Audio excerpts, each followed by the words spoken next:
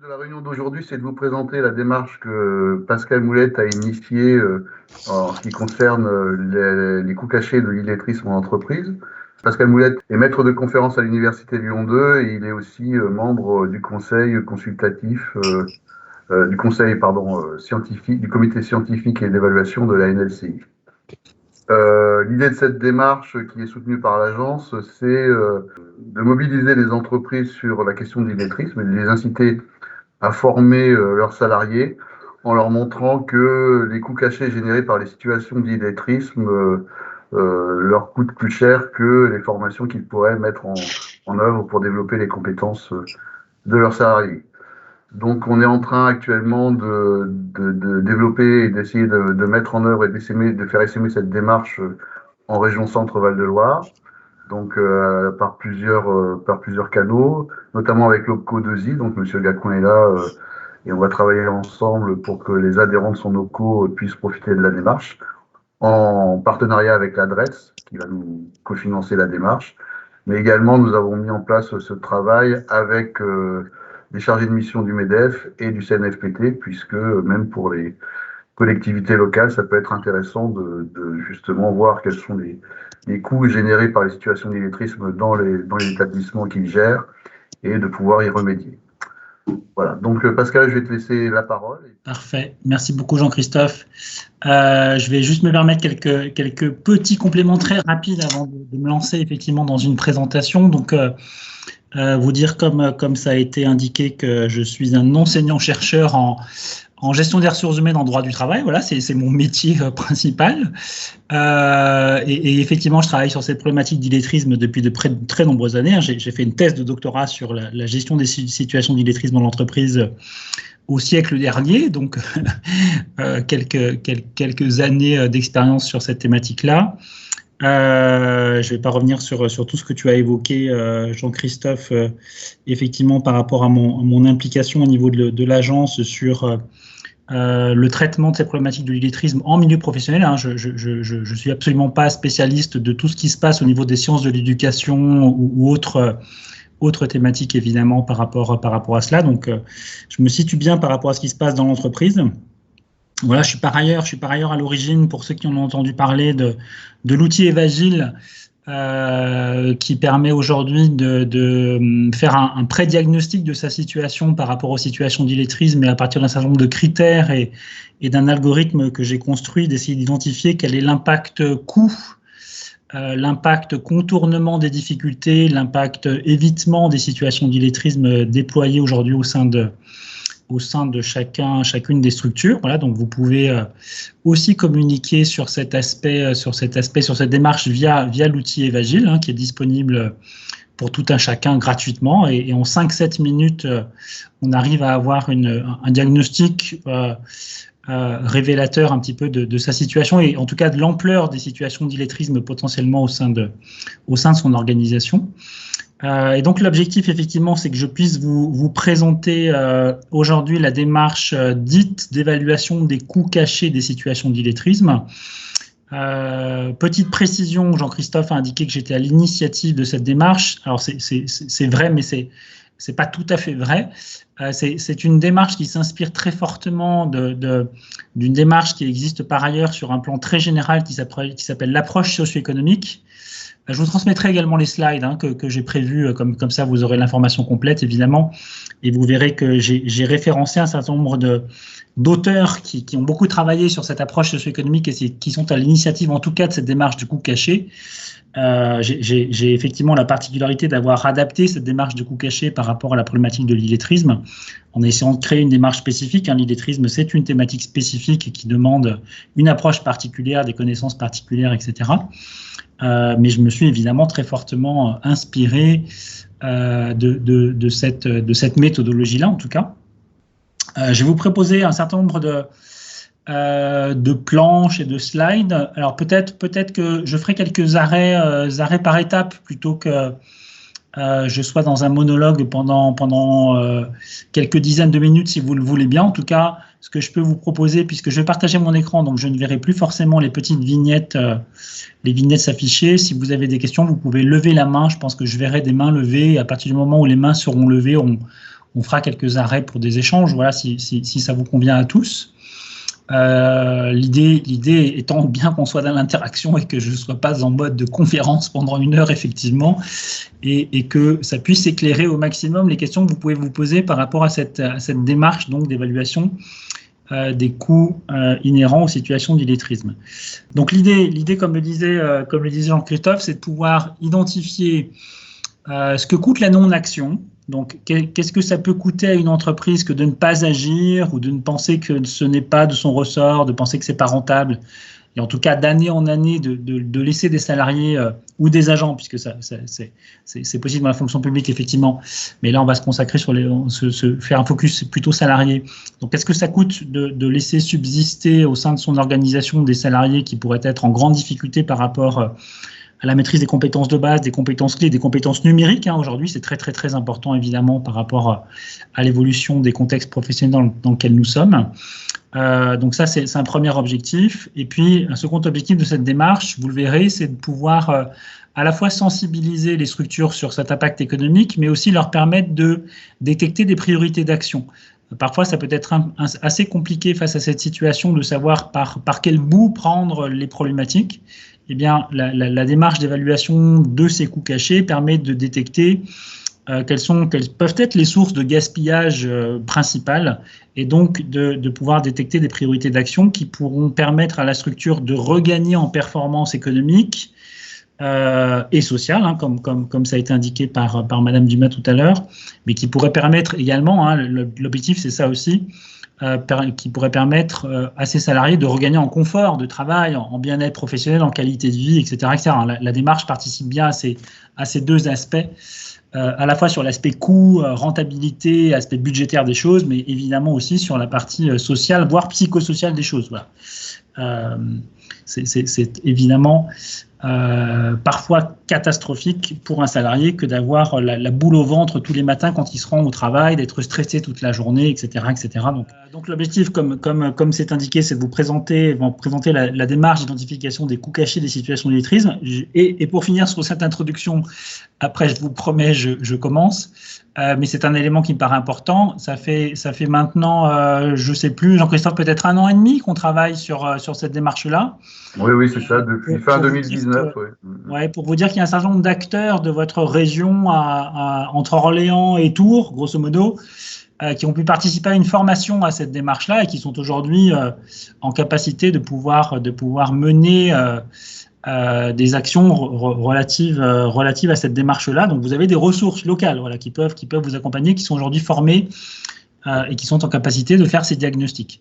Alors, pourquoi une telle démarche? Ça me paraît important parce que cette démarche, elle se présente aussi quelque part comme un argumentaire pour pouvoir sensibiliser des structures à y aller par rapport à cette problématique de l'illettrisme ou pour faire en sorte qu'elles puissent pour le moins se questionner et rentrer dans une démarche de diagnostic. Alors pourquoi c'est important par rapport à toutes les expériences que moi j'ai eues sur cette problématique-là? On entend très souvent des dirigeants, des managers qui nous indiquent qu'ils n'ont pas forcément le temps et vous comme moi, j'imagine, on a peut-être de moins en moins de temps pour pouvoir développer de tels projets parce qu'on est pris par un certain nombre d'autres activités. Donc, on entend assez souvent qu'on a d'autres priorités, que ça paraît très compliqué à gérer, que ça demande des démarches administratives assez lourdes, que pour certaines petites structures, très petites structures, évidemment, la formation, ça peut coûter cher, ça peut désorganiser, etc., etc. Et aujourd'hui, j'ai d'autres priorités, plus économiques en tout cas, surtout par rapport à la crise sanitaire que nous venons de subir. Voilà, donc la démarche permet, en tous les cas, de traiter ce premier niveau de remarques par rapport à l'idée de mettre en place des formations sur les situations d'illettrisme. Je manque d'informations et effectivement, et ce sera corroboré, vous le verrez juste après, par l'enquête qui a été faite auprès d'un certain nombre de DRH en 2019. Globalement, les structures manquent d'informations sur l'état de leur situation et peuvent estimer qu'elles n'ont pas de besoin, et ça s'explique par les stratégies d'évitement et de contournement mettent en place les salariés en situation d'illettrisme, ou alors je manque d'informations pour savoir comment faire, pour savoir comment déclencher une action, pour savoir quel dispositif financier mobiliser, etc. Donc la démarche permet aussi quelque part de traiter de cette problématique-là. Ce n'est pas mon rôle. On peut entendre malheureusement des managers ou de dirigeants qui estiment que c'est du ressort de l'éducation nationale, que ça doit se jouer à un autre niveau en tout cas, et que c'est pas son rôle de former aux connaissances de base, parce que le lien avec le contexte professionnel, avec les situations concrètes de travail, avec les outils qu'utilisent au quotidien les salariés n'est pas ce lien-là n'est pas flagrant et n'est pas objectif en tout cas. Donc l'idée c'est d'objectiver un petit peu quelles peuvent être les incidences de ce manque de maîtrise des compétences clés par rapport au poste de travail concrètement. Et puis ce n'est pas rentable et c'est aussi évidemment sur ce levier-là que cette démarche permet de jouer pour montrer que non seulement c'est un jeu gagnant-gagnant, le fait de rentrer dans cette démarche de remédiation de situation d'illettrisme, mais qu'en plus le retour sur investissement peut être relativement rapide. Et mon travail à moi en tant que chercheur, enseignant-chercheur et plutôt expert de ces problématiques-là, c'est de montrer que les situations d'illettrisme coûtent cher pour le collectif. L'idée, c'est pas non plus d'être dans une logique de stigmatisation, évidemment, mais que si on arrive à mettre en place des actions de remédiation adaptées, le retour sur investissement peut être relativement rapide. Donc voilà, l'idée, c'est qu'il y ait une sorte de cercle vertueux par rapport à tous ces éléments et de montrer que cette démarche, elle permet finalement d'apporter des réponses à l'ensemble de ces contre-arguments qui pourraient être avancés par des dirigeants, des décideurs pour ne pas faire, pour ne pas mettre en place, pour ne pas s'en occuper, pour estimer que ce n'est pas la priorité. Donc ça c'est un premier élément qui me semble important en tant qu'argumentaire pour permettre d'approcher l'entreprise. Donc, comme je vous l'indiquais, tout cela c'est corroboré, c'est revalidé par l'enquête qui a été faite il y a 2 ans auprès de membres de la NDRH qui nous montrent que globalement pour les DRH, il y a trop d'acteurs qui se préoccupent de cette thématique-là, il y a trop de dispositifs et donc ça ne facilite pas tout à fait la compréhension ni l'action par rapport à cela. Il y a un manque de financement, donc on reviendra selon eux, manque de financement des formations par l'État ou par des dispositifs incitatifs. Il y a un manque d'accompagnement et de simplification des démarches et il y a surtout une difficulté de diagnostiquer concrètement quelles sont les difficultés, de diagnostiquer comment est-ce qu'on pourrait prendre en charge ces difficultés. Donc l'idée c'est d'essayer de traiter ces difficultés, à identifier l'étendue des situations d'illettrisme pour montrer combien, quel est le volume et qu'est-ce que ça coûte globalement à la structure. C'est de permettre à la structure de mieux prendre en charge, compte tenu de ces éléments d'information, de ce diagnostic, d'essayer d'orienter encore une fois l'action vers des solutions qui pourraient paraître efficaces et efficientes, si on est dans cette logique de recherche de rentabilité. Difficulté à identifier le retour sur investissement. Dans beaucoup de cas, on nous dit ces formations-là, ça coûte cher, ça va déclencher des centaines d'heures de formation. Et aujourd'hui, j'ai pas forcément le temps de mobiliser des ressources sur des formations qui prennent autant de temps. En tout cas, le retour sur investissement n'est pas évident. Et puis, difficulté à trouver des relais efficaces. Et aujourd'hui, vous avez la chance dans votre région d'avoir des relais efficaces pour vous aider en tout cas à diagnostiquer et à amorcer cette dynamique-là. Donc, l'idée, c'est aussi de repartir. Là, je vais être très rapide. Ce sont peut-être des choses que vous savez, mais c'est important de resituer ces éléments pour approcher l'entreprise par rapport à cette démarche. Donc, lui rappeler que on a 6% des personnes en emploi qui sont en situation d'illettrisme. Donc, ce ne sont pas que des personnes qui sont en dehors du système et qui sont demandeurs d'emploi. Donc, on a un certain nombre de salariés en situation d'illettrisme qui travaillent aujourd'hui et parfois qui s'en sortent très très bien. La moitié des personnes en situation d'illettrisme a plus de 45 ans, ça c'est aussi un élément important, donc ça veut dire que non seulement la problématique de l'illettrisme elle augmente avec l'âge, mais ça veut dire aussi que quand on traite de cette problématique d'illettrisme, on n'est pas sur des logiques d'analphabétisme, de français langue étrangère, de population migrante, etc.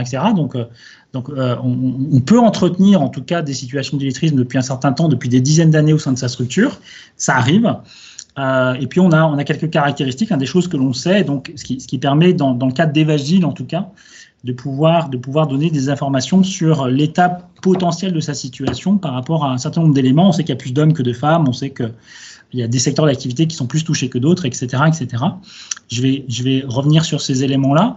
Donc par exemple, on sait que il y a 6% des salariés globalement qui sont en situation d'illettrisme, et on sait qu'il y a certains secteurs d'activité qui sont plus touchés que d'autres. Vous voyez, on sait que dans l'agroalimentaire, on a grosso modo des taux de 10 voire 12% si on intègre le français langue étrangère, donc 10-12% de salariés qui sont en difficulté par rapport à cela. On a aussi le secteur de l'agriculture et de la pêche, où on a aussi des taux relativement importants. On a le secteur de l'industrie globalement, où on peut estimer que on a à peu près 10% des salariés qui sont en difficulté, voire très en difficulté par rapport à ces problématiques de maîtrise des compétences clés.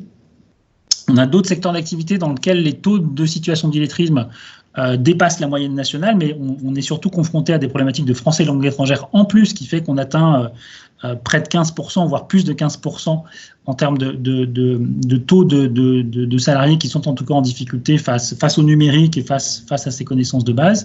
Donc vous voyez qu'on a un certain nombre de secteurs d'activité dont on sait qu'ils peuvent être potentiellement plus affectés que d'autres par rapport à ces situations, et donc pour lesquels il paraît très important de pouvoir mener des diagnostics pour orienter l'action correctement et faire en sorte qu'on puisse mettre en place des solutions qui pourraient être efficaces et encore une fois rentables sur le long terme.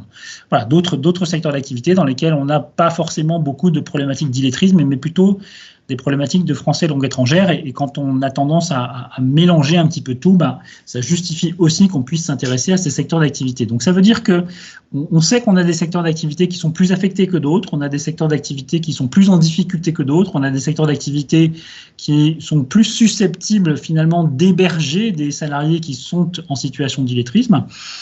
Et donc on a aussi des secteurs qui peuvent être plus en tension que d'autres par rapport au contexte professionnel qu'on connaît aujourd'hui. En tout cas, quand on a une numérisation, digitalisation, robotisation plus importante de nos activités, on sait qu'on aura des salariés qui seront plus en difficulté dans certains secteurs d'activité. Quelques métiers dans lesquels moi j'ai eu l'occasion de mener ces travaux-là et de mener ces diagnostics, cette démarche d'évaluation des coûts, avec des personnels de l'hygiène de la propreté, des personnels de l'entretien, des ouvriers du bâtiment, des magasiniers et des salariés de différents secteurs d'activité.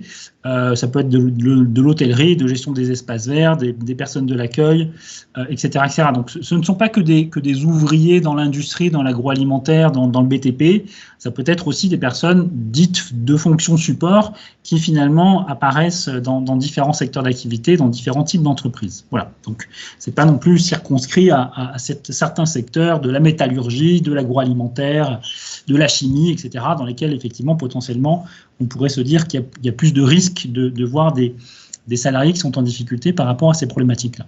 Donc l'idée, c'est par cette démarche d'essayer de détecter comment mesurer les enjeux et les impacts économiques, sociaux, psychosociaux, individuels et collectifs des situations d'illettrisme. Et donc, comme je vous le disais en introduction, l'idée, c'est de s'appuyer sur une approche qui a été développée dans les années 70 par quelqu'un qui s'appelle Henri Saval, qui a développé d'autres travaux depuis, en particulier cette approche des coûts cachés, qui est une approche particulière comptable, pour comptabiliser ce qui n'est pas visible. C'est l'objectif. En tout cas, ce qui n'apparaît pas clairement dans le système comptable classique et traditionnel d'une entreprise, et de mettre en évidence d'autres coûts et d'autres sources de déperdition dont on ne mesure pas forcément quelle peut être l'origine, quelle peut être la source. Et donc là, l'idée, c'est de valoriser quelque part quels sont les coûts inhérents à ces problématiques d'illettrisme. Donc voilà, je vais vous présenter à présent la démarche. Et donc encore une fois, la démarche, je vous rappelle, l'idée c'est d'apporter des éclairages sur les situations. Est-ce que je suis impacté, moyennement impacté, très fortement impacté, et à quel niveau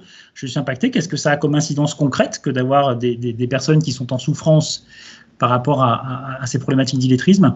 Et puis, c'est aussi apporter des éclairages sur des priorités d'action. Et je pense que ça, c'est un argumentaire qui est très fort dans la situation économique dans laquelle on est aujourd'hui. Et quand on se pose cette question de rentabilité, de retour sur investissement, quand on arrive à indiquer à une entreprise que si elle déploie une action de remédiation sur tel aspect, avec tel collectif de travail, tel salarié, elle pourra avoir un retour sur investissement rapide et important, ça peut être évidemment un élément déterminant pour l'amener à agir et l'amener à enclencher une démarche. Voilà, je vais simplement vous rappeler que cette approche socio-économique, elle travaille à partir de dysfonctionnements. Donc on sait très bien que ces personnes en situation d'illettrisme ont pu déployer depuis un certain nombre d'années des stratégies de contournement, d'évitement, des savoir-faire très importants qui leur permet aujourd'hui d'être quasiment opérationnels et donner en tout cas l'impression ou l'illusion d'une parfaite maîtrise de leur poste de travail. Cette approche-là, elle part sur l'idée d'essayer de valoriser les dysfonctionnements qui sont liés à ces situations d'illettrisme. Donc, qu'est-ce que ça génère comme problématique individuelle et collective, qu'est-ce que ça génère comme acte de régulation individuel et collectif que d'être en difficulté par rapport à cela.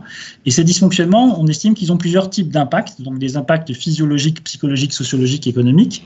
Je vais vous afficher l'ensemble des éléments pour vous indiquer qu'on est bien dans l'idée d'avoir une approche à la fois économique, sociale et psychosociale des choses. Donc on va essayer d'évaluer, d'estimer ce que coûte finalement pour la structure le fait que d'avoir des personnes qui sont stressées, des personnes qui s'absentent, des personnes qui ont une baisse de motivation, des personnes qui ne se sentent pas complètement intégrées à la structure. Monsieur Gacouin, R2I Centre-Val-de-Loire. Donc moi, la démarche me plaît beaucoup. J'avais juste une question pour revenir peut-être au point de départ. Est-ce que le mot illettrisme est abordé auprès des entreprises en tant que tel, puisque c'est un mot qui est quand même un petit peu anxiogène vis-à-vis des entreprises. Alors, dans les objections, alors je pense que ça y revient, mais souvent les RH, les chefs d'entreprise, les DRH, quand on leur parle de ces sujets-là, déjà même pour des personnes des personnes étrangères, alors d'autant plus pour des personnes qui, sur le papier, n'auraient pas forcément de problématique d'illettrisme, bien sûr. quelle qu'elle soit. Est-ce que ce sujet-là, cette sémantique-là est vraiment abordée en tant que telle, où on essaye de l'éluder et dans le diagnostic que vous allez présenter, cette sémantique-là est un peu éludée, parce qu'on a bien compris que, en gros, moi, ce que j'ai compris et ce que j'en ai retenu, ce qui m'intéresse pour les industriels de la région Centre-Val-de-Loire, c'est tout levier qui leur permettra en fait d'accéder à la formation professionnelle continue est bon à prendre. Et on sait très bien que le levier du coût et du porte-monnaie a un véritable impact. Donc sur cette partie illettrisme en tant que tel, est-ce qu'on n'a pas peur un petit peu que ça les fasse fuir ou ça les bloque? Honnêtement, en règle générale, oui, vous avez complètement raison. Ça veut dire qu'en règle générale, alors ça va dépendre à la fois de la sensibilité de l'entreprise, ça va dépendre de sa connaissance et de sa perception du sujet ou de l'étendue des situations au sein de sa structure. Ça va dépendre de sa culture, ça va dépendre de différentes choses. Disons qu'à l'heure actuelle, moi, ce qui me semble important, c'est plutôt d'aborder la question sous l'angle des compétences professionnelles, des compétences numériques et sous l'angle de l'accompagnement à l'évolution des métiers et des exigences. Donc, je suis d'accord. Et au travers de ce vocable-là, qui peut parler à tout le monde, et là, vous pouvez toucher à la fois des ingénieurs et des personnes de très bas niveau de qualification, hein, évidemment, mais je pense qu'aujourd'hui, l'entreprise est très sensible à comment je vis et je survis, et comment je prévois mon développement à court, moyen, long terme.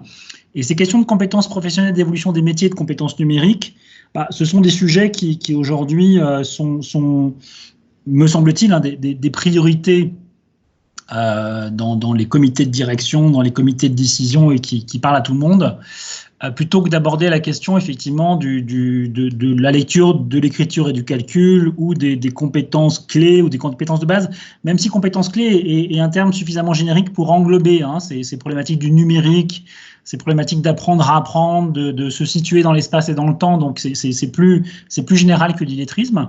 Donc globalement, généralement, effectivement, si vous rentrez par la porte de l'illettrisme, vous risquez d'une part d'avoir un manager qui vous dit chez moi ça n'existe pas, parce qu'il n'a pas conscience, parce que ses salariés sont suffisamment intelligents pour déployer des stratégies de contournement de tout cela. Donc il peut y avoir une méconnaissance et on peut vous dire non, chez moi il n'y a pas. Donc ça c'est le premier cas. Et puis il y a une forme de mal-être, hein. C'est-à-dire comment aborder, comment stigmatiser telle ou telle personne. C'est toujours compliqué parce qu'on touche après à la relation sociale dans l'entreprise. Exactement. Alors, j'aurais tendance à vous dire qu'une bonne piste, ça peut être d'aborder la question via compétences professionnelles, compétences numériques, évolution des métiers, et les amorcer un petit peu comme ça. Et dans un second temps, leur indiquer qu'il y a cet outil Evagile qui existe, qui peut leur permettre d'avoir un premier niveau d'approche sur ces problématiques de connaissances de base, de compétences clés, et qui permet peut-être indirectement à la structure de rentrer sur cette thématique. Vous voyez, donc on met un pied dans la porte. Voilà. Si on est dans la communication persuasive, on est dans une stratégie de pied dans la porte par ce vocabulaire plutôt professionnel, compétences professionnelles, compétences numériques. Et puis à partir du moment où on a mis ce pied dans la porte, peut-être qu'on peut passer par Evagile pour amorcer une discussion sur l'illettrisme. Cela dit, de façon, je fais juste une parenthèse, mais de façon opérationnelle, c'est ni vous ni moi qui allons sur le terrain promouvoir ce dispositif. Et c'est vrai qu'il faut que pour nos conseillers, quels qu'ils soient, OPCO ou autres, qu'on arrive en fait à susciter l'envie sans pour autant créer le blocage. Complètement, exactement. Alors ça nous paraît évident quand on a écouté votre introduction. Mais c'est vrai que c'est pour les conseillers qui sont sur le terrain et qui ont un panel de dispositifs à présenter. Ouais. Il faut que la sémantique et l'approche soient la plus fluide possible. Et c'est vrai que l'aspect coût-bénéfice par le biais des compétences clés, par le biais du numérique, par le biais d'un certain nombre d'approches qui sont un petit peu, dans l'air du temps, sont plus faciles que de rentrer de façon brutale avec l'illettrisme, où on risque de se retrouver à rajouter des lignes supplémentaires à vos contre-argumentaires que vous avez cités tout à l'heure. Exactement. Et alors, ça, encore une fois, c'est le cadre général. Dans 90% des cas, effectivement, le mot illettrisme peut être un peu trop brutal et peut amener assez rapidement à voir la porte se fermer. Malgré tout, il y a certaines structures qui sont conscientes du phénomène et de la problématique. Il y a certaines structures qui estiment que ces salariés sont en difficulté à cause d'elles et donc ont une forme de logique citoyenne, ce sera un peu fort, mais de responsabilité par rapport à cela, ils sont prêts à entendre cela. Dans le cadre d'une expérimentation que nous avons menée en Centre Val-de-Loire cette année et l'an dernier, évidemment, les personnes qu'on a évoquées au démarrage, avec lesquelles sur lesquelles on a eu des formations sur cette démarche-là, évidemment, on avait parlé de cet argumentaire et de ce point de vocabulaire. Il n'empêche que quand on est arrivé pour faire cette expérimentation dans l'établissement, on avait pris toutes les mesures auprès de la direction pour bien leur indiquer que le terme illettrisme pouvait être choquant, qu'il fallait communiquer, en tout cas en interne, autrement. Et quand on est arrivé, on nous a présenté à l'Assemblée comme des consultants illettrisme. Vous voyez, c'est l'appellation que le chef d'établissement a choisie. Parce qu'il y a eu une phase de digestion entre-temps. Oui, mais ça n'a choqué personne et tout a été très bien accepté comme cela. Donc, vous voyez, ça dépend vraiment aussi de la culture de l'établissement et de sa capacité effectivement à digérer les choses ou de la façon dont c'est présenté. Mais on va partir sur le principe que dans la majorité des cas, effectivement, ce terme illettrisme, il peut faire un peu peur ou alors il peut être vu comme étant à la fois comment je peux exprimer cela. Alors déjà, il peut y avoir des confusions entre analphabétisme, illettrisme, français, langue étrangère, etc. Donc forcément, on sait plus trop à quoi correspond l'illettrisme au bout du bout. Et puis, oui, je voulais indiquer que parfois dire à une structure qu'elle a des salariés en situation d'illettrisme, c'est quelque part un petit peu l'agresser en disant mais qu'avez-vous fait depuis toutes ces années? Vous n'avez donc pas formé, vous ne vous êtes pas préoccupé, vous n'avez pas vu, vous n'avez donc pas un suivi suffisamment fin de vos salariés et vous vous complaisez à faire en sorte que certains soient toujours dans cette situation. Voilà, donc ça aussi, ça peut être assez problématique pour une structure que d'entendre ça de la part et de la bouche d'un interlocuteur externe. Voilà.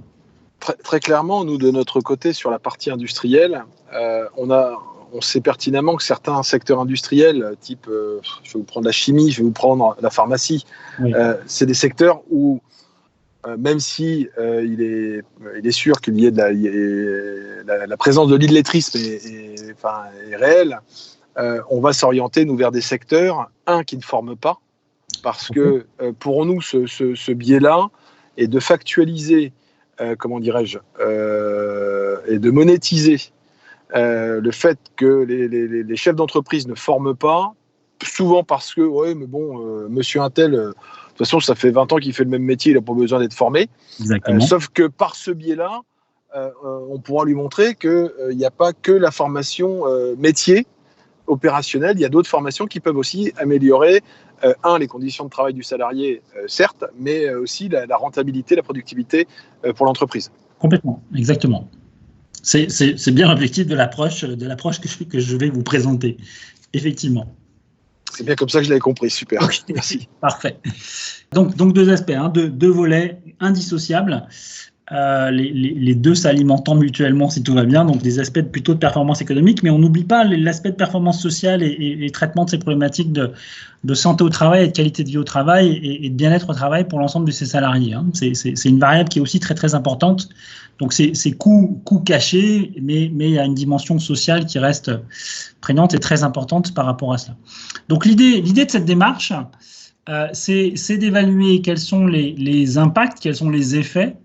Alors on va continuer à se parler de situation d'illettrisme, même si effectivement vous avez eu raison de pointer du doigt que le vocabulaire pour en tout cas rentrer en contact avec l'entreprise pouvait très bien être un petit peu différent, mais là si vous voulez bien on va rester sur thématique illettrisme. Donc l'évaluation des impacts des situations d'illettrisme pour la performance individuelle, ce qui est très important. Donc qu'est-ce que ça génère à mon niveau que d'être en difficulté par rapport à ces éléments-là. Ce qui est très important dans cette démarche, c'est qu'on arrive vite à une approche collective des choses et montrer que finalement, c'est toute l'entreprise qui pallie les difficultés, c'est toute l'entreprise qui peut souffrir de la difficulté d'une, deux, trois, quatre, cinq personnes, et donc qu'il faut bien qu'on soit dans une approche collective aussi de la remédiation. Pour la performance économique, je vous l'ai dit, pour la performance sociale et la QVT, la qualité de vie au travail, parfois aussi pour la réputation et pour la marque employeur. Ça peut être important pour des entreprises qui sont sensibles à ces questions-là. Pour la marque employeur, ça veut dire vous le savez, pour des questions d'image, de réputation au sein ou en dehors de la structure, ça peut être parfois intéressant de véhiculer l'image d'une entreprise qui fait attention, de véhiculer l'image d'une entreprise qui forme, qui s'assure que son personnel est en bonne santé mentale, morale, psychologique, etc. Voilà, ça dépend évidemment des secteurs d'activité. Mais l'idée de cette démarche, c'est bien d'évaluer concrètement, et je vous dirai comment on fait après, l'impact sur la qualité des produits ou des services. Évidemment, quand on est en situation et quand on fait mal son travail, on peut être à l'origine d'erreurs, on peut être à l'origine de défauts de qualité, de problématiques de productivité, etc. Donc ça, c'est ce qu'on va chiffrer. D'impact sur la qualité de prise en charge des clients, ça aussi c'est important par rapport dans son relationnel clientèle, essayer d'estimer ce que ça a comme impact que d'être en difficulté dans la lecture, dans la maîtrise de la lecture, d'écriture, du calcul. Impact sur la relation avec les clients internes, ça aussi c'est un élément qui est très important pour bien faire comprendre à la structure que les services évidemment sont liés entre eux et que la difficulté de l'un peut avoir des impacts très importants pour ce qui va se passer en aval au niveau du process de fabrication, du process de production, du process de construction du service. Impact sur le fonctionnement des équipes, évidemment. Impact sur la qualité de vie des salariés. Et par rapport à l'ensemble des études, des observations que moi j'ai pu mener depuis des dizaines d'années au travers de cette démarche-là, eh bien, on ressort que, ces études-là font ressortir que les impacts des situations d'illettrisme sur la performance s'évaluent globalement, généralement, en tout cas, entre 2 et 6% de la masse salariale de l'entreprise. Ça veut dire que le niveau de déperdition qui est généré par ces situations d'illettrisme dans ces structures, publiques ou privées, je vous montrerai 2 exemples après, s'élève à un niveau de 2 à 6% de la masse salariale. Donc ça veut dire globalement, par exemple, 2 à 6 fois plus que la contribution à la politique formation que je dois mobiliser pour faire en sorte tous les ans de construire mon plan de développement des compétences si je suis sur le minimum de 1% de ma masse salariale, par exemple. Voilà, donc c'est un indicateur qui peut évidemment parler aux décideurs et parler aux dirigeants. Alors, je vous le dirai, je vous le montrerai, cette démarche s'appuie sur le discours des acteurs. Ça veut dire que c'est grâce à des entretiens c'est grâce à des observations qu'on arrive à estimer tout cela. Donc ça veut dire aussi que l'estimation dépend de la capacité des acteurs à verbaliser ce qui se passe, à identifier les dysfonctionnements, à identifier les filières de propagation des dysfonctionnements, à évaluer le nombre de fois où une problématique apparaît, le nombre, la qualité, la quantité d'impact que ça peut avoir, le nombre de personnes qui sont concernées, etc., etc. Donc, on s'appuie beaucoup sur le discours des acteurs et on sait que cette démarche, de fait, sous-estime cet impact des situations d'illettrisme sur l'entreprise. Mais l'objectif, c'est pas d'être dans une approche exhaustive des coûts, c'est d'être dans une approche qui sensibilise aux coûts. Donc, on n'est pas à des milliers d'euros près, c'est pas l'objectif. L'idée, c'est encore une fois de pointer du doigt quels sont les potentiels déperditions, quelles sont potentiellement les priorités d'action, quels sont potentiellement les collectifs qui peut être important de traiter en priorité par rapport à tout cela. La démarche, en tout cas, je vous l'ai déjà dit, mais c'est très important, n'est pas une démarche qui permet de stigmatiser un salarié en pointant du doigt que ce salarié-là est à l'origine de X milliers d'euros de déperdition et donc que l'entreprise pourrait avoir intérêt à s'en séparer au plus vite. Voilà. Donc, c'est évidemment pas l'objectif de la démarche et on fait tout pour rester dans une logique plutôt anonyme des choses et d'être dans une logique de collectif. Voilà. Alors, les étapes de cette démarche, pour vous expliquer rapidement comment ça se fabrique, comment ça se construit, ces résultats. On ne fait rien sans la direction, c'est un élément qui est très important, hein. C'est évidemment par la direction qu'on va rentrer. Qui dit évaluation des coûts cachés inhérents aux situations d'illettrisme dit évidemment autorisation par la structure de laisser cet intervenant externe aller voir ce qui se passe dans la comptabilité, hein, parce qu'on va se servir d'éléments comptables concrets de la structure, hein, par rapport à son compte de résultat, par rapport à son bilan, par rapport à des éléments qu'elle va pouvoir nous fournir. Donc ça veut dire que cette introduction par la direction, elle est très importante. Et puis c'est d'autant mieux si la direction porte le projet, montre son implication, montre son envie d'y aller, etc., etc. Ça envoie des signaux évidemment aussi très positifs à l'ensemble des acteurs. Ensuite, à partir du moment où on s'est mis d'accord avec cette direction sur le projet, sur la méthodologie, sur la planification des différentes phases, sur un comité de pilotage et éventuellement et vous êtes revenu sur ce sujet, sur comment on communique sur la démarche qui va avoir lieu. Ensuite, on rentre dans une démarche dite qualitative des choses où on va mener des entretiens. Voilà, on va mener des entretiens auprès des acteurs, auprès des salariés, des ouvriers, des employés, des cadres et de l'équipe managériale. Donc, ça veut dire qu'on va avoir des entretiens avec l'ensemble de la ligne hiérarchique finalement. Et ces entretiens-là vont nous permettre de détecter quels sont globalement les dysfonctionnements qu'aujourd'hui rencontre l'équipe qui sont liés à ce manque de maîtrise des compétences clés, ces situations d'illettrisme ou ces problématiques de manque de maîtrise des compétences numériques. Voilà. Donc, on va faire ces entretiens. Ensuite, on traite ces entretiens. Et il y a une phase qui est très, très, très importante à chaque fois dans la démarche, c'est d'avoir une forme d'effet miroir et c'est de présenter nos résultats aux acteurs, finalement, pour qu'ils valident que le dysfonctionnement que nous avons retenu est réel et concret. Voilà, c'est pas une invention de l'esprit, c'est pas un dada, quelque chose que chacun des acteurs a tendance à répéter pour se débarrasser d'une question. Voilà. Donc on valide que concrètement le dysfonctionnement existe, si vous voulez, collectivement, et on valide surtout que ce dysfonctionnement, il est lié à un manque de maîtrise des compétences numériques, des compétences clés, il est lié à des situations d'illettrisme. Voilà. Et au moment de la restitution de ces diagnostics qualitatifs, généralement, on a d'autres informations, donc des compléments d'informations qui vont nous aider à valider la première partie de la démarche. À partir du moment, et je vous montrerai une planche de ce à quoi peut correspondre cette phase qualitative. À partir du moment où on a validé cette phase qualitative, on va rentrer dans ce qu'on appelle une phase quantitative d'estimation des coûts. Ça veut dire que à partir du moment où on aura identifié des dysfonctionnements, on va essayer de quantifier ce qui se passe en matière de régulation du dysfonctionnement. Voilà. J'ai des difficultés à lire une consigne.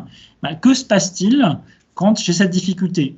Est-ce que je vais solliciter des collègues? Est-ce que je fais des erreurs? Est-ce que je suis à l'origine de défauts? Est-ce que je suis à l'origine de pertes de marché, etc. Donc, on va essayer de dénouer tout cela. Et à partir du moment où on aura identifié un dysfonctionnement et une régulation du dysfonctionnement. Ensuite, on essaiera d'estimer des fréquences d'apparition du dysfonctionnement. Est-ce que c'est quelque chose qui apparaît tous les jours, toutes les semaines, tous les mois, une fois par an, vous voyez, des choses comme ça, pour avoir ensuite des coefficients multiplicateurs par rapport à l'impact coût. Voilà. Je vous montrerai un exemple tout à l'heure d'une PME de l'industrie dans laquelle on a fait ce diagnostic, où on a des problématiques qui revenaient tous les jours, d'autres toutes les semaines, d'autres tous les mois, en fonction évidemment de l'activité et des sujets qui devaient être pris en charge par ces salariés. Donc ensuite, phase quantitative, où on va se servir des dysfonctionnements que nous avons identifiés, qui ont été validés, c'est très important, par les acteurs, pour essayer d'estimer ensemble ces éléments que je viens d'exposer avec vous. Ça veut dire eh bien, demander des fréquences d'apparition, demander concrètement si nos difficultés peuvent aussi être à l'origine de surconsommation. Peut-être que voilà, j'ai des difficultés à lire des consignes de dosage et je fais n'importe quoi, je remplis mon outil de travail n'importe comment et donc je suis à l'origine de surconsommation de produits. Voilà, ça peut être un dysfonctionnement qui est évalué. On peut avoir des pertes. Voilà, j'ai eu l'opportunité de faire cette étude-là dans une entreprise de l'agroalimentaire qui fabrique des bouteilles d'eau. Et bien, dans un certain nombre de cas, le manque de capacité à lire correctement les consignes amenait des destructions de produits. Donc, ça peut être un coût caché inhérent à ces problématiques de manque de maîtrise des compétences clés, etc., etc. Je vous montrerai quelques exemples juste après. On valide également, toujours très important, on valide dans la démarche ces calculs de coûts. Ça veut dire qu'on présente l'ensemble des calculs qui sont issus de ces entretiens pour bien que la direction en particulier valide les coûts et qu'on puisse retrouver les éléments comptables que nous avons utilisés.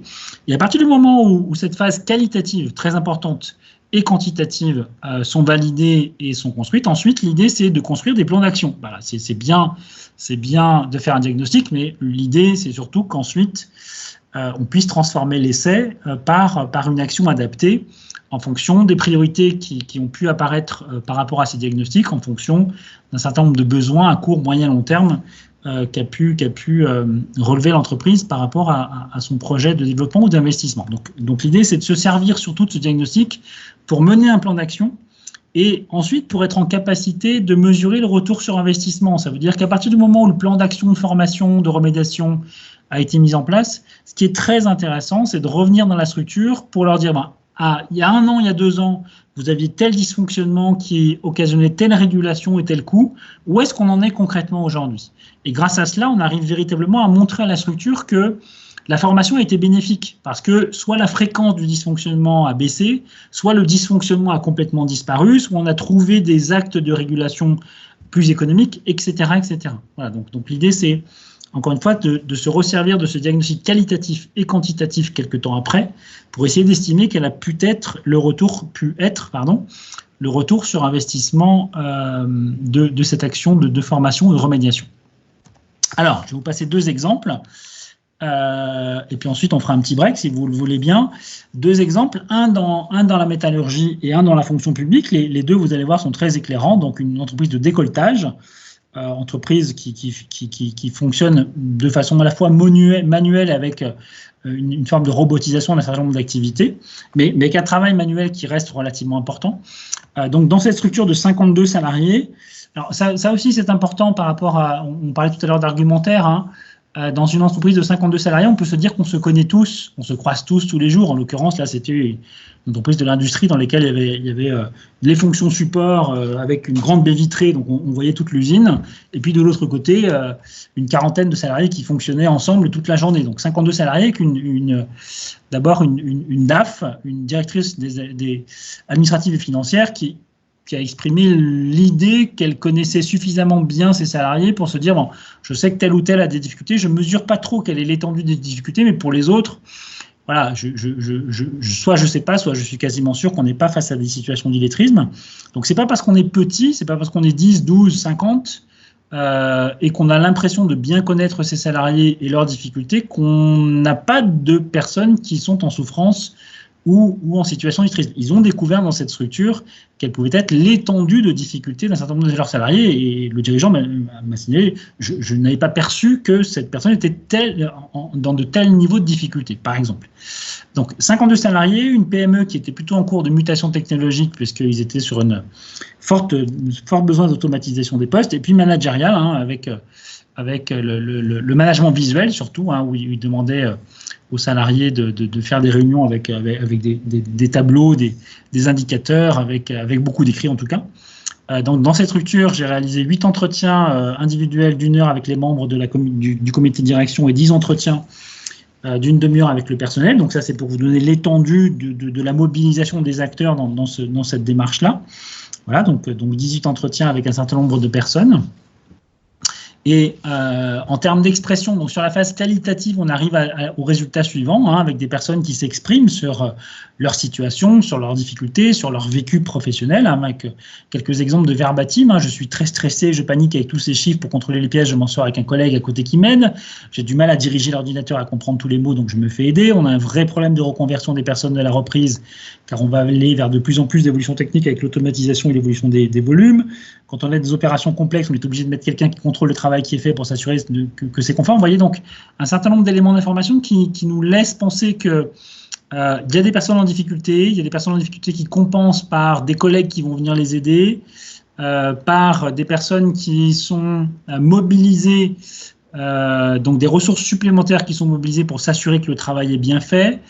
On a des personnes également qui semble-t-il, n'ont pas la capacité d'évoluer aussi bien que souhaiterait l'entreprise. Donc peut-être que l'entreprise peut être dans une forme d'autocensure par rapport à ses potentialités de développement. Vous voyez, donc il peut y avoir toutes ces problématiques-là aussi qui sont relevées via cette phase qualitative et qu'on va essayer d'estimer pour voir concrètement avec les acteurs.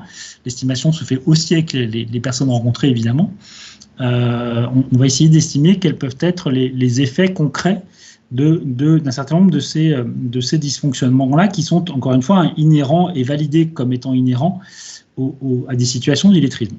Pour certains, parler de formation, cela inquiète, cela veut dire je suis mauvais ou attention, il me prévoit de me changer de poste, de place, donc il y a des réticences. Et dans cette structure-là, en l'occurrence, la DAF s'efforçait de mettre en place des formations, inscrivait des personnes en formation, et le jour de la formation, les personnes étaient absentes. Et inlassablement étaient absentes. Voilà, donc l'idée, c'est aussi parfois d'éclairer l'entreprise sur certaines situations. C'est pas un comportement frondeur, c'est pas quelqu'un qui est trop souvent malade, c'est quelqu'un qui a peur de se retrouver dans une formation avec ses collègues parce que ça peut être stigmatisant, parce que ça peut lui rappeler des situations très inconfortables vécues à l'école, parce qu'elle est dans une situation très, très complexe, pour lesquels, pour l'instant, il n'y a pas une conscience collective du niveau de difficulté. Et donc, oui, je m'inscris, mais je ne viens jamais. Voilà, donc ça permet d'expliquer aussi certains comportements et certaines postures au travail.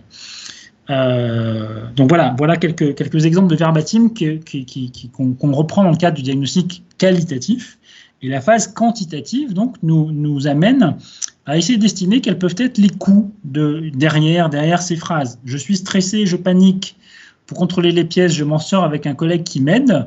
Je m'en sors avec un collègue qui m'aide. Est-ce que vous mobilisez une demi-journée votre collègue tous les jours pour vous aider? Auquel cas, lui, pour avoir des difficultés à faire son travail, il fait des heures sup, il est éreinté, il est en burn-out, etc. Vous voyez, on essaye de tirer le fil pour savoir un petit peu quelles sont les incidences concrètes du stress que rencontre cette personne-là. Et donc, dans cette structure PME de la métallurgie de 52 salariés, on est arrivé à une estimation des coûts inhérents à cette situation d'illettrisme, avec une estimation des temps supplémentaires passés par les personnes à réguler collectivement les lacunes d'un certain nombre de personnes d'un peu plus de 23 000 €, vous le voyez, et un deuxième indicateur de sursalaire. Sursalaire, ça veut dire les suppléments de masse salariale que l'entreprise mobilise pour pallier les difficultés d'un certain nombre de ses salariés. Des heures sup. Cette structure-là, en l'occurrence, elle fait appel parfois à du personnel intérimaire parce qu'elle a bien compris qu'elle avait des salariés qui n'étaient pas en capacité de faire ce qu'elle souhaitait, donc elles font appel à des ressources externes. Donc un certain nombre de problématiques de ce type-là, où on arrive à une estimation annuelle d'une centaine de milliers d'euros par rapport à ces dysfonctionnements, ce qui correspond pour elle à 4,4% de sa masse salariale annuelle.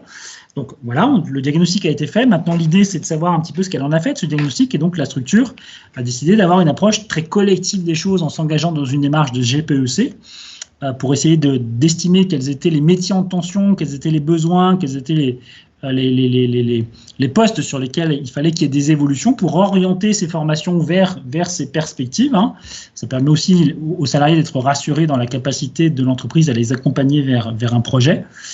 Et puis, elle a mis en place des actions de formation en situation de travail parce qu'elle a estimé que c'était la meilleure façon pour ces personnes-là d'apprendre et de réapprendre et de se remettre dans un cycle d'apprentissage pour en tout cas 5 salariés. Donc, il y a 5 salariés qui ont jugé être plus prioritaires que d'autres, en tout cas, par rapport à toutes les situations qui ont pu être révélées via cette démarche-là.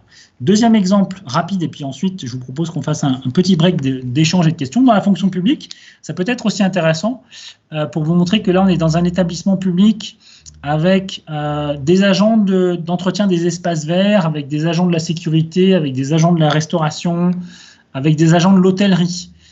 Donc, ce sont finalement des fonctions qu'on pourrait retrouver dans un certain nombre de structures, entretien des locaux, et évidemment aussi.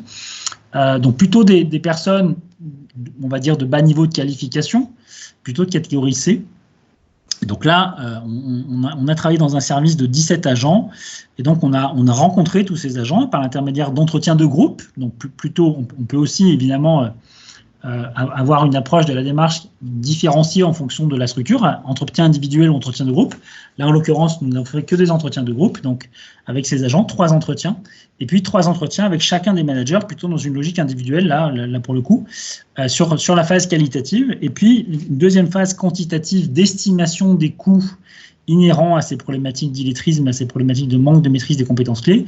4 entretiens, un entretien avec certains agents qui nous paraissait particulièrement important de revoir pour essayer d'estimer des choses, et puis 3 entretiens avec 2 managers pour valider aussi avec eux ce qu'on appelle dans la démarche des filières de propagation des dysfonctionnements. Donc ça veut dire le fait d'avoir telle difficulté, qu'est-ce que ça a comme impact en aval, qu'est-ce que ça a comme autre impact pour peut-être d'autres services, etc., etc. Alors comme on est dans la fonction publique, c'est un peu compliqué d'être dans une approche coût, puisque l'ensemble des charges sont mises au service du fonctionnement. Donc, on n'est pas dans une logique de chiffre d'affaires sur lesquels on s'appuie pour faire ces estimations de coûts. Il y a évidemment une démarche comptable derrière tout cela qui a été validée par l'ordre des experts comptables. Ça a été très important. Et donc, dans cet établissement public, on a essentiellement estimé des surtemps et on est arrivé à l'estimation que les situations d'illettrisme d'un certain nombre d'agents amener la structure à perdre quelque part plus de 2000 heures par an, soit 1,37 équivalent temps plein, par rapport à ces difficultés rencontrées par un certain nombre de ces agents. Et sur ces 2138 heures, 62% étaient des surtemps pour les agents et 38% pour les 2 managers et les 2 responsables. Donc ça veut dire qu'on a bien un impact de ces dysfonctionnements, de ces situations pour l'ensemble du collectif, finalement. Et donc, dans cette structure, c'est aussi évidemment ce qui est important, ont été mis en place des parcours de formation adaptés grâce à des entretiens de positionnement par le CNFPT. Donc l'idée, ça a été d'essayer d'identifier avec le CNFPT les agents qui étaient les plus en difficulté, 6 en l'occurrence, sur les 17 là, qui sont aujourd'hui inscrits dans un parcours de remédiation, de formation, en informatique, en bureautique, en français, en connaissances de base, donc en fonction des besoins inhérents à leur métier. Et c'est surtout là-dessus que la démarche est intéressante parce qu'on part des situations concrètes de travail pour essayer de détecter quels sont les besoins concrets pour faire en sorte que la personne soit dans une situation de pouvoir réaliser correctement son travail par rapport au cahier des charges qui lui est fixé par son entreprise. Voilà, donc deux exemples d'estimation de coûts. Et puis, pour finir, des exemples d'impact sur la performance. Donc, on est sur l'estimation de surcoûts liés à des régulations d'erreurs. Parce que je suis en difficulté pour lire une consigne, pour lire un cahier des charges, pour lire un règlement, pour lire je ne sais quoi, je suis obligé de corriger. Et corriger, ça coûte du temps, ça coûte de l'argent, ça peut coûter des matières premières. Je suis obligé de refaire. Si effectivement, au bout du bout, j'ai été obligé de détruire parce que c'était pas en adéquation avec le cahier des charges. Je suis obligé aussi, et c'est très souvent le cas pour des managers, de redire, de refaire le tour auprès de mes salariés pour m'assurer qu'ils ont bien compris un écrit, qu'ils ont bien compris un courriel, qu'ils ont bien compris une consigne, etc., etc. Je peux aussi avoir des estimations de coûts par rapport à ce qu'on appelle des glissements de fonctions. Ça veut dire que du fait de la difficulté d'un salarié, de plusieurs salariés, finalement, on a un système de solidarité locale qui s'est mis en place avec parfois des managers qui font à la place du salarié. C'est moi, manager, qui remplit le cahier de consignes, c'est moi, manager, qui fait le reporting hebdomadaire ou journalier de cette personne, parce qu'il ne le fait pas. Je ne comprends pas pourquoi est-ce qu'il ne le fait pas, mais il ne le fait pas. Donc, c'est moi qui le fais à sa place. Et donc, l'idée, c'est aussi d'estimer cela en termes de glissement de fonction par une estimation du sursalaire, finalement, que je mobilise sur cette opération. C'est peut-être pas normal que ce soit le manager qui fasse le reporting à la place de son salarié.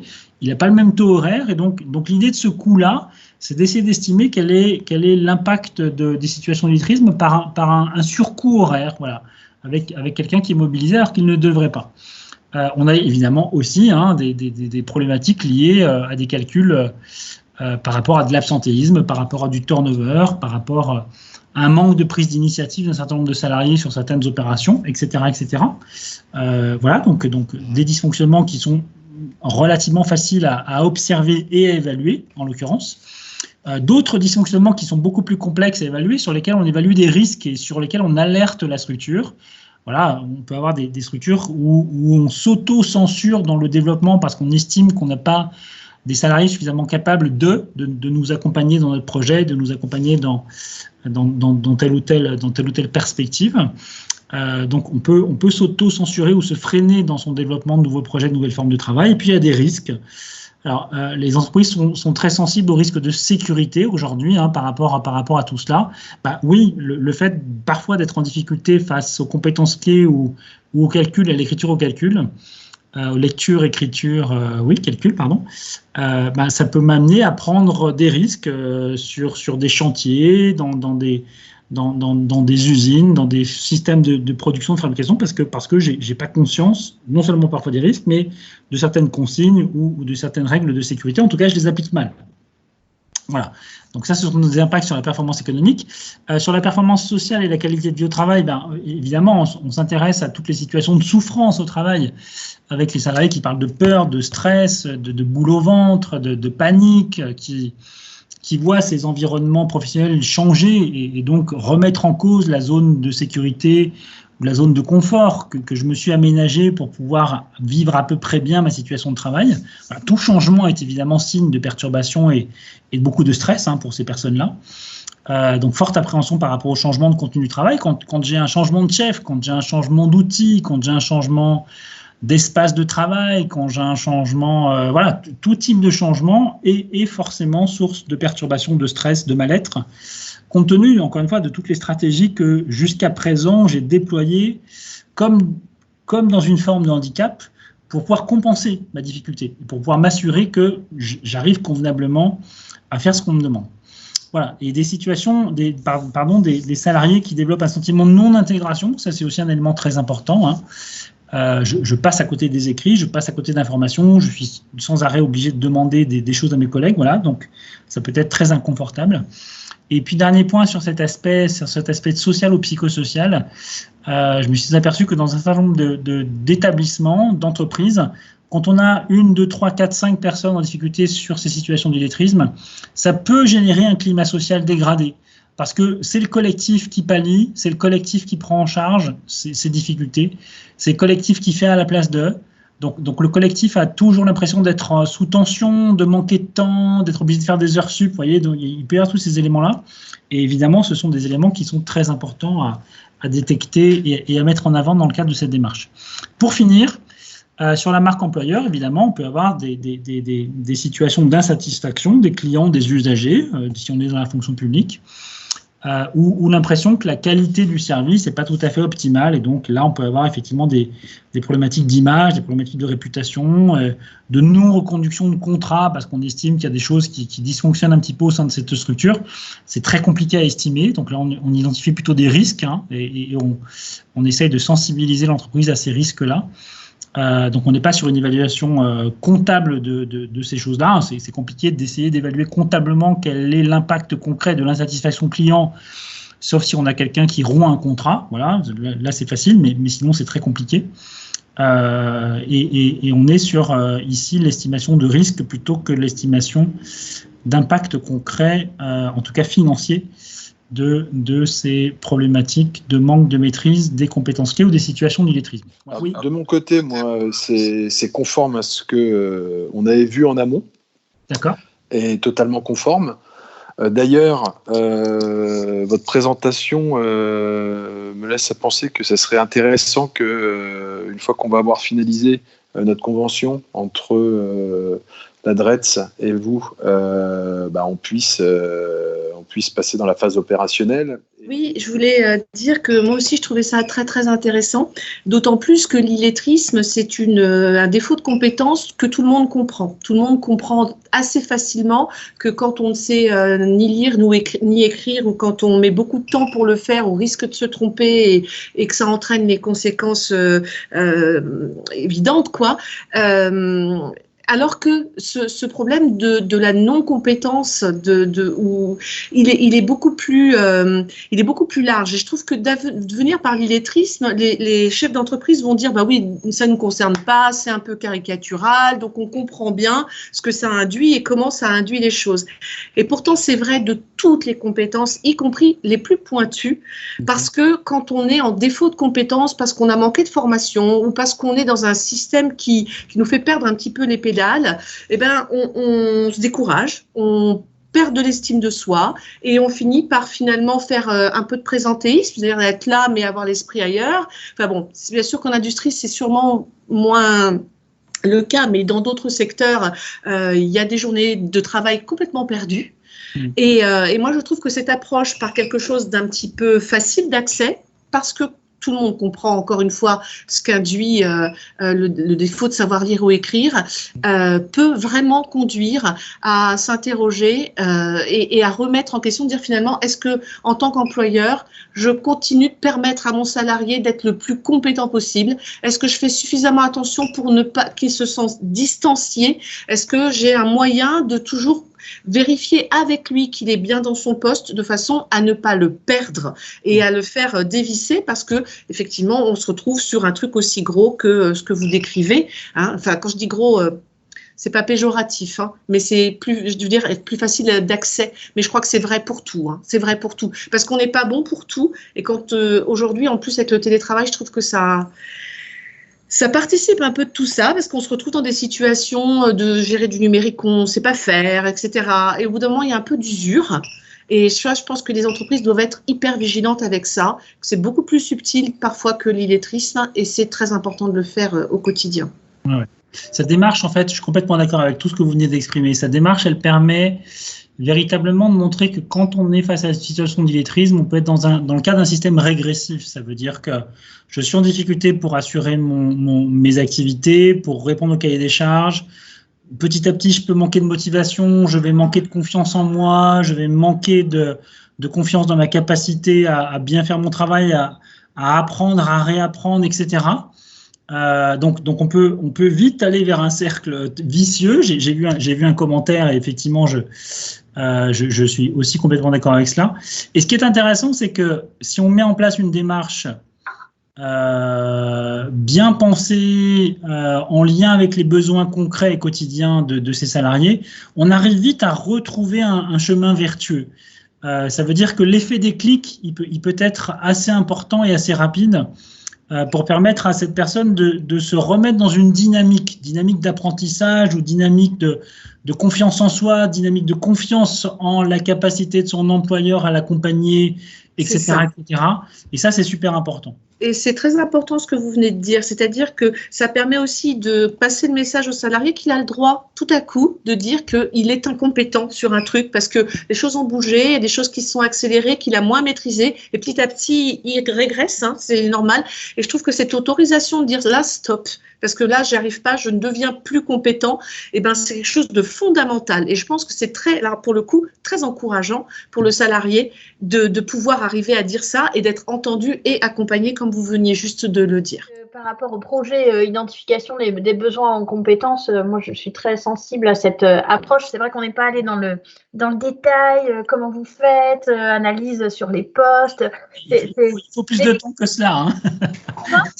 Il faut beaucoup plus de temps que cela, Non, effectivement. mais j'imagine, mais c'est vrai que j'étais curieuse de cela, parce que dans la démarche, je veux dire, à l'inverse, il faudrait qu'on vous présente comment on travaille, et moi, je serais assez intéressée de voir s'il y a des rapprochements possibles, c'est-à-dire que, comme le disait à l'instant Corinne, la démarche que vous portez, elle a un côté démonstratif très fort, et nous, on essaye de démontrer aux entreprises qu'il faut réussir à faire cet effort.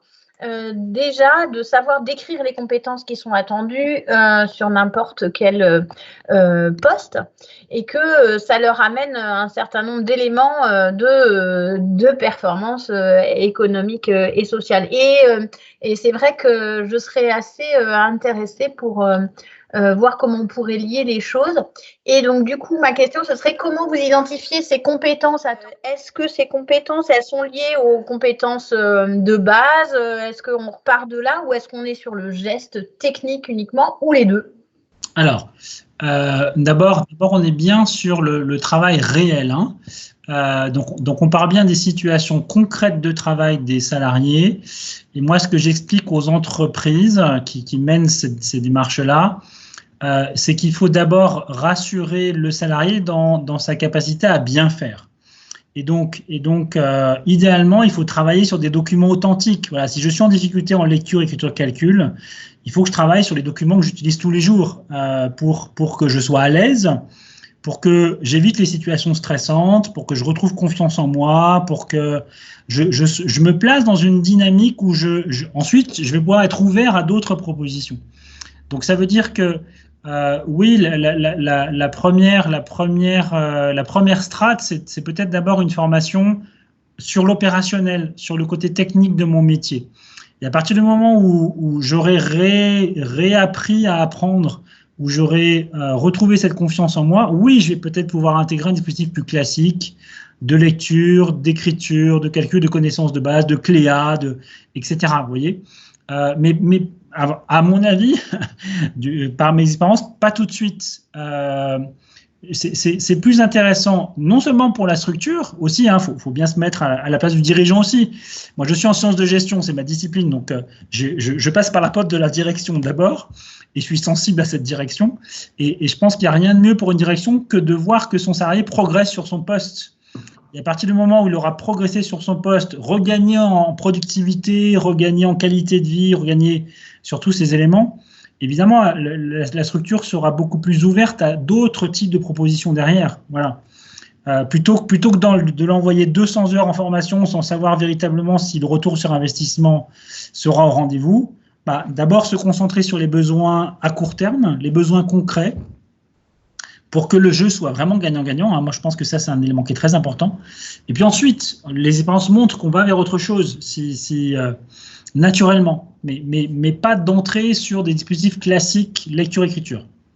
Je pense que la FEST peut être aussi un bon moyen, un bon levier pour rentrer dans ce type de formation. Complètement. La TPE là, que je vous ai présentée, la PME, la PME de la métallurgie, voilà, elle a fait ce choix-là parce que les personnes étaient en situation et pouvaient rencontrer aussi des problématiques de mobilité par rapport aux problématiques qu'elles rencontraient. Donc, il n'y avait rien de mieux que l'espace de travail pour pouvoir bien fonctionner. Il y avait aussi la possibilité d'organiser des sessions de réflexion sur le lieu de travail aussi. Hein, il y a tous ces aspects-là. Mais la FEST est une super solution, c'est évident. Si vous avez une petite question concernant l'outil dont vous nous avez parlé tout à l'heure, est-ce qu'il serait possible d'avoir, pas une démonstration, mais est-ce qu'on… Voilà, parce que j'imagine que nous, en tant qu'institution, on peut pas tester l'outil Evagile. Donc, est-ce qu'il est possible… On peut le faire ? Oui, alors l'outil Evagile est disponible gratuitement pour nous tous sur le site evagile.fr. Oui. www.evagile avec 2L.fr. Si le .fr ne marche pas, ce sera un .com. D'accord. Et quand vous rentrez sur la page d'accueil, je peux y aller. Attendez, on va faire une démonstration en direct. J'ai pas de droit particulier. Hein, je suis le commun des mortels avec vous là. Donc, soit je rentre et je fais le diagnostic pour voir à quel résultat j'arrive. soit je rentre en mode démo, vous voyez, en bas là, On D'accord. peut rentrer en mode démo. D'accord. pour m'amuser, entre guillemets, et pour aller tester un petit peu ce qu'il y a derrière cet outil. Voilà. Alors à l'agence, on conseille le mode démo parce que le mode normal, en fait, sert à élaborer des statistiques sur les entreprises qui rentrent dans le dispositif. Ouais. Donc, D'accord. utilisez plutôt le mode démo. Ouais. D'accord. Ok. D'accord. Mais l'outil est fait évidemment pour que vous puissiez individuellement dans votre coin avoir déjà une bonne lecture des résultats. Hein. Écoutez, merci beaucoup pour ces retours en tout cas. Bien, ben, Pascal, on va te remercier et puis à bientôt.